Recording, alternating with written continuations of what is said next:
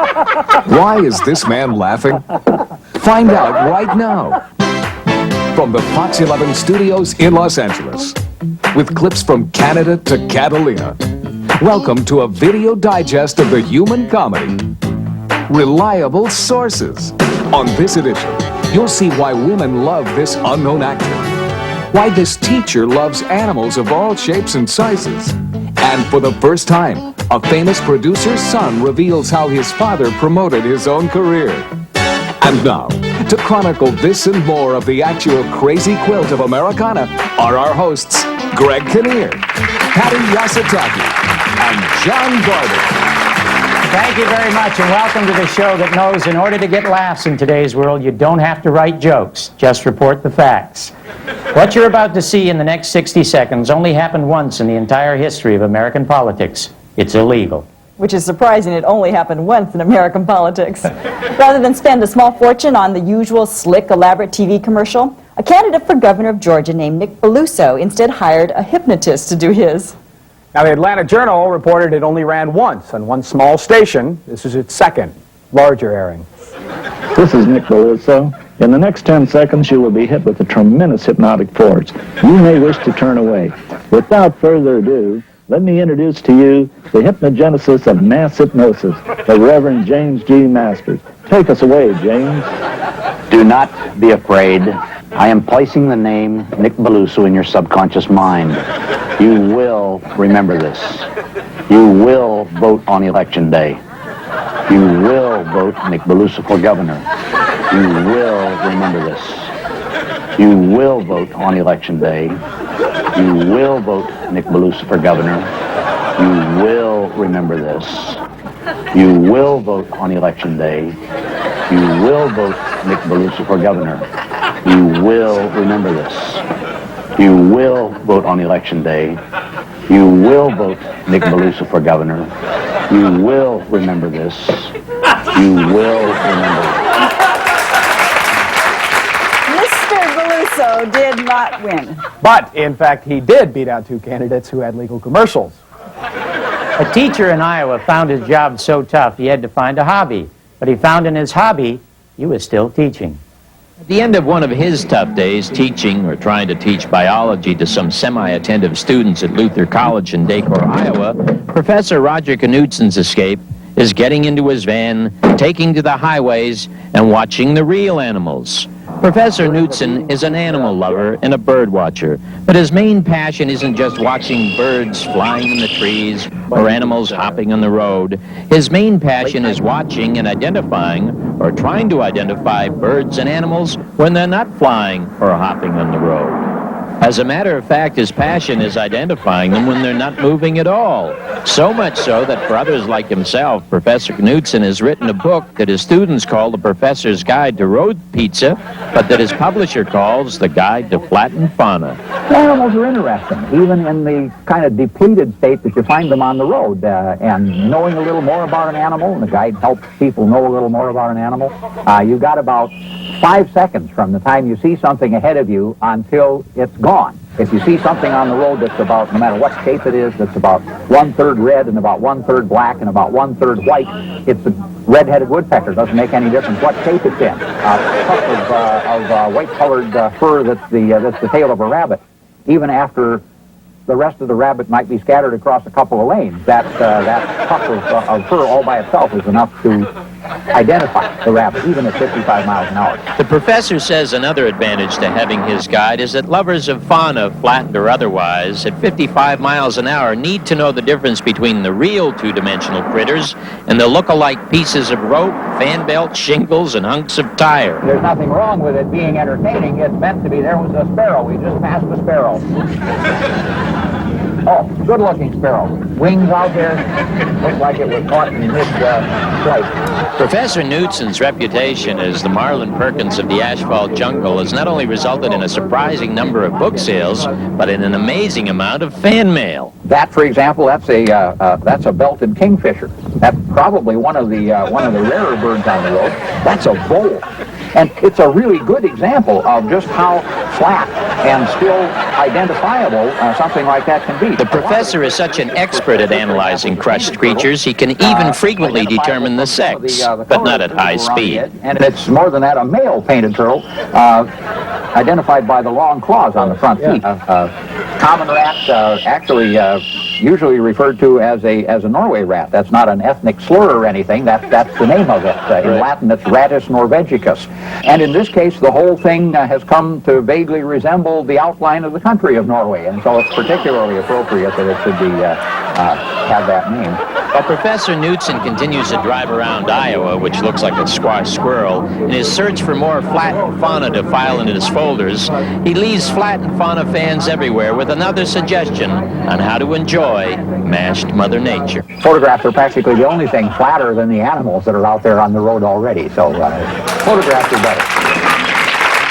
If photographs are better, this just might be Mr. Knudsen's kind of story. It appeared in the Washington Post, and we were assisted in assembling and researching it by our sister Fox station in Washington, D.C., WTTG.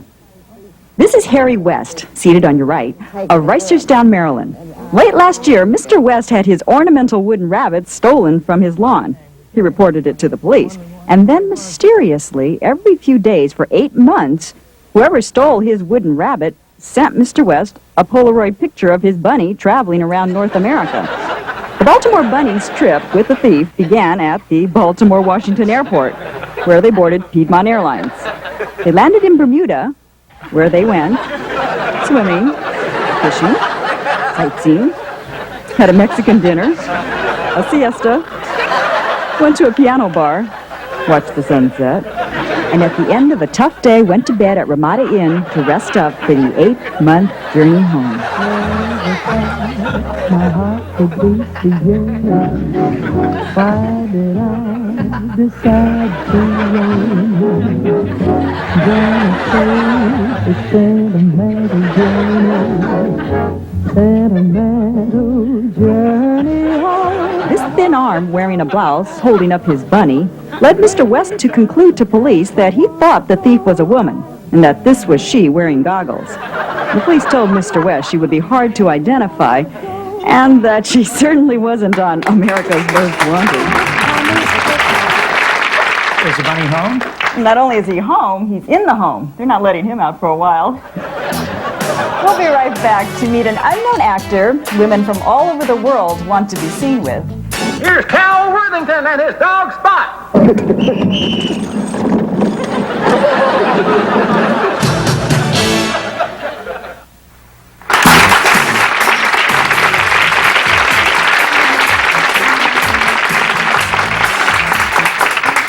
According to reliable sources, not the William Morris Agency, nearly 1 in every 10 people who come to Hollywood want to be in pictures.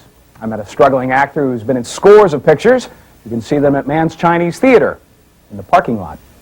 From the time I was a child, I was always very obsessed with show business and acting. And first I came to Hollywood and they said, you need pictures. So I went out and everybody tried to sell me different pictures. Then when I take them to the agent says, well, these aren't quite the right ones we want. Go to this photographer. Dennis Woodruff, like a lot of aspiring actors with a driving ambition, forgoes a lot of life's amenities, such as furniture, to invest in his career and even more pictures.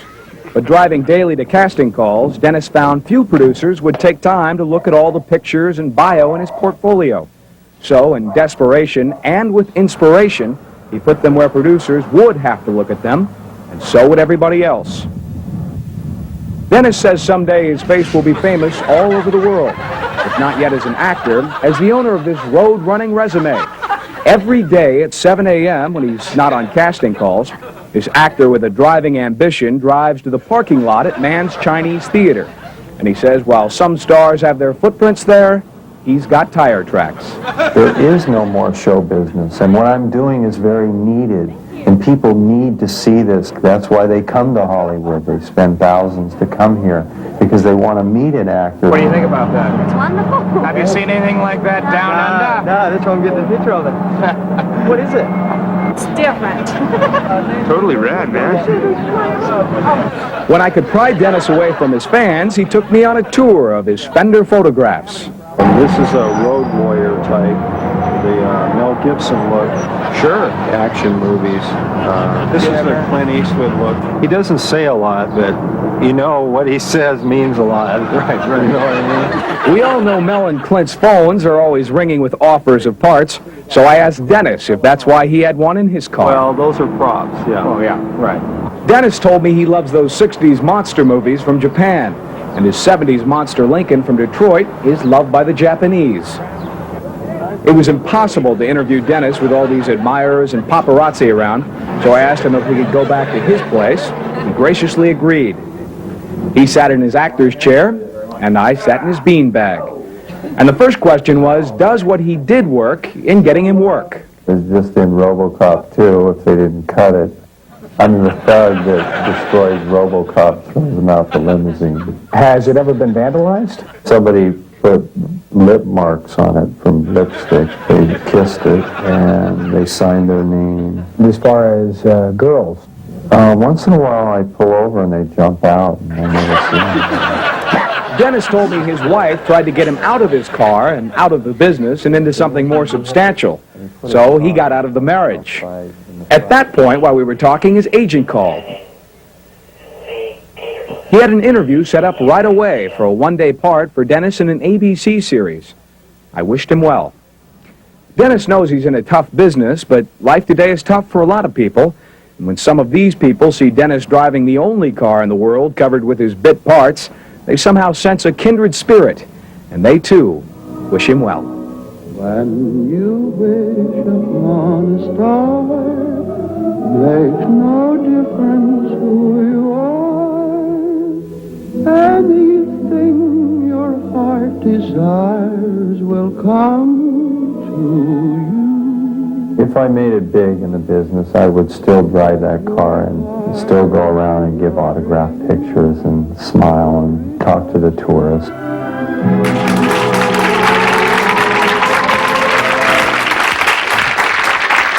I wish him well, too. Well, you know, Dennis is using his car to promote his career. Some producers have used cunning. I know. And one of the most successful, and maybe after you hear this story, one of the most cunning producers in the history of American television was the much-honored David Susskind. Ladies and gentlemen, Mr. Larry King. He was a dedicated and tasteful producer who brought some of the finest works of literature to television. Last year, the Television Academy inducted David Susskind into its Hall of Fame, applauding him for his lifetime of artistic achievements, whose wonderful body of work as a producer displayed unparalleled intelligence and integrity. His son, Andrew, accepted the Academy's posthumous accolades and told the audience how his father would like to see even more integrity in television today. Then he told us how his father years ago really got into the medium when he formed a company called Talent Associates with Al Levy, and they were trying to find something to produce. And on a day when a very important ad had run in the trades announcing MGM was commencing pre-production on their multi-million-dollar film extravaganza, Ben-Hur, Al Levy came into the office. He said, David, did you see the MGM ad today? And of course my father had. And Al Levy said, David, what can you tell me about Ben-Hur? And my father said, well, it's public domain. Al Levy said, right, great. Let's call the trades and take out an ad. And my father said, Al, what's the ad going to say? And Al said, it's going to say David Susskind and Al Levy announced Talent Associates' pre-production of their live television version of Ben-Hur. My father said, Al, we can't do Ben-Hur on live television. And Al Levy said, I know that, but we're going to take out the ad and we're going to wait for the phone to ring. So they took out the ad, and sure enough, the day the ad appeared, their telephone rang, and it was the head of MGM in New York asking them to come to an immediate meeting at MGM headquarters. So at the appointed hour, David Susskind and Al Levy showed up, and the MGM executive got to the point right away, and he said, why are you doing this? And my father said, well, we think it would be just a tremendous event for television and would just be a spectacular production, and we're very excited about it. And the man looked at my father and said, how much money will it take for you to knock this off? And my father looked at Al, and Al looked at my father, and they shook their heads, and they said, well, you know, we're having horses trained and sets built and costumes designed. There'd be so many disappointed people, and it's such a great story. And the guy said, knock it off. How much money do you want? And my father looked at this guy right in the eye and he said, you don't want a dime. And I said, you don't? He said, absolutely not. He said, what do you want? And with that, my father reached into his pocket, pulled out a sheet of paper, and he said, we want the live television rights to the following classic MGM films. And on that list were such titles as Mrs. Miniver, Ninotchka, Meet Me in St. Louis, The Philadelphia Story, and the MGM executive, I think, shocked that he was going to get off so easily, said, you got it. And with that, David Susskind Levy went across the street and sold that package of live television drama to West Clocks General Mills, and from that moment on, they were important television producers. When we come back, you'll be amazed to see where some of our tax dollars have gone. I've got a gang of them here. Oh, shucks, man.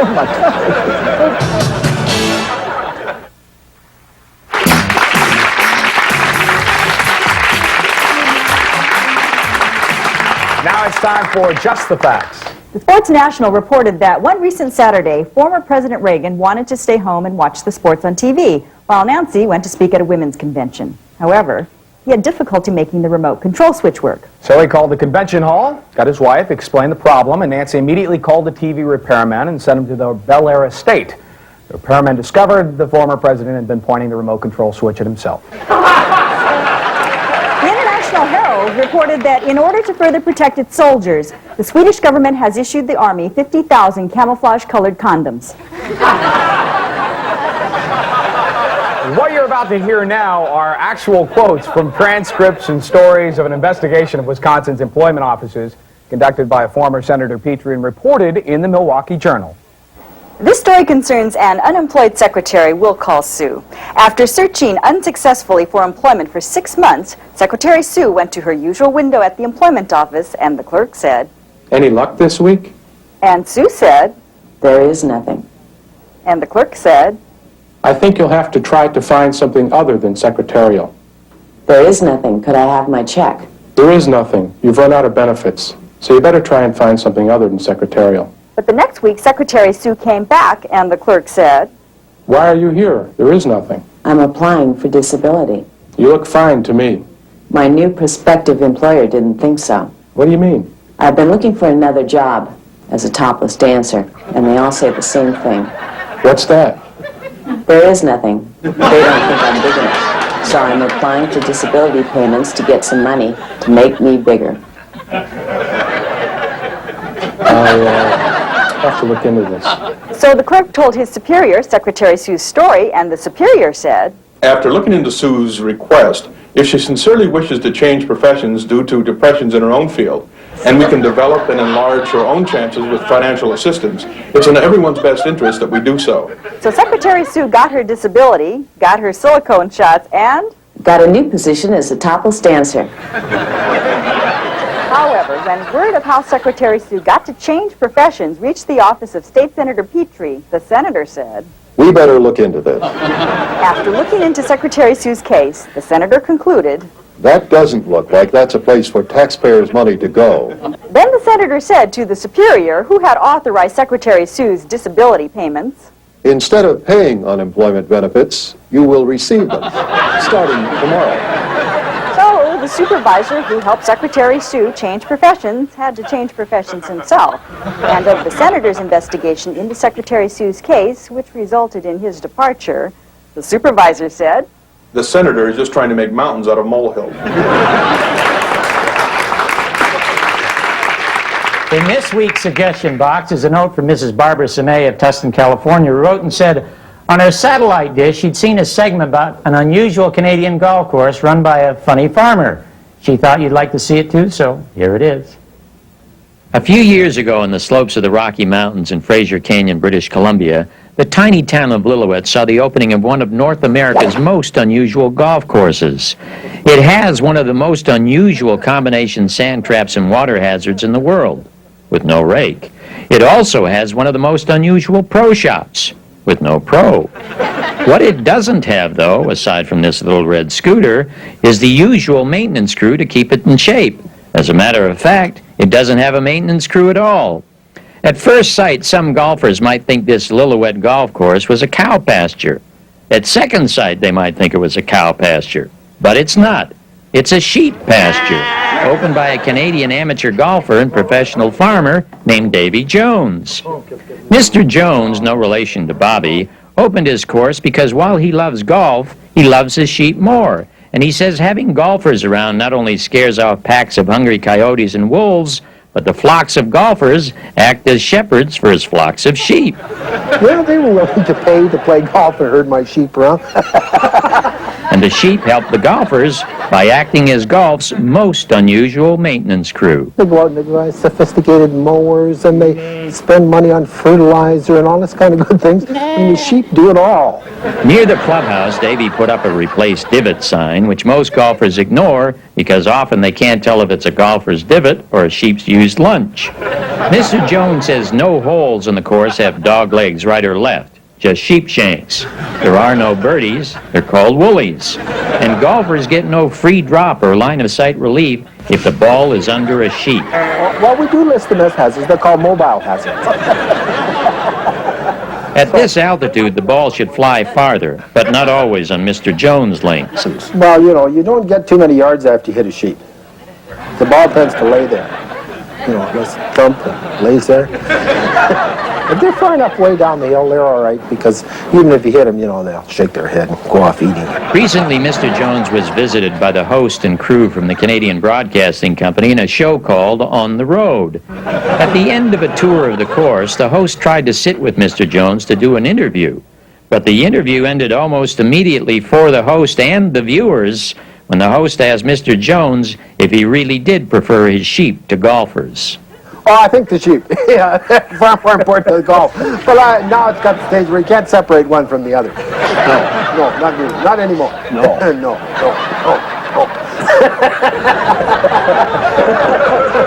As long as you separate the sheep from the golfers.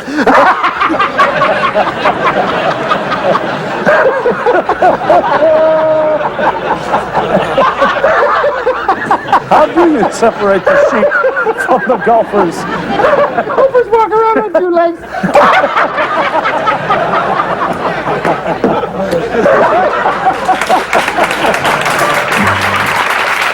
Descending in that story, we're going to send Mrs. Samaid this gorgeous Reliable Sources jacket.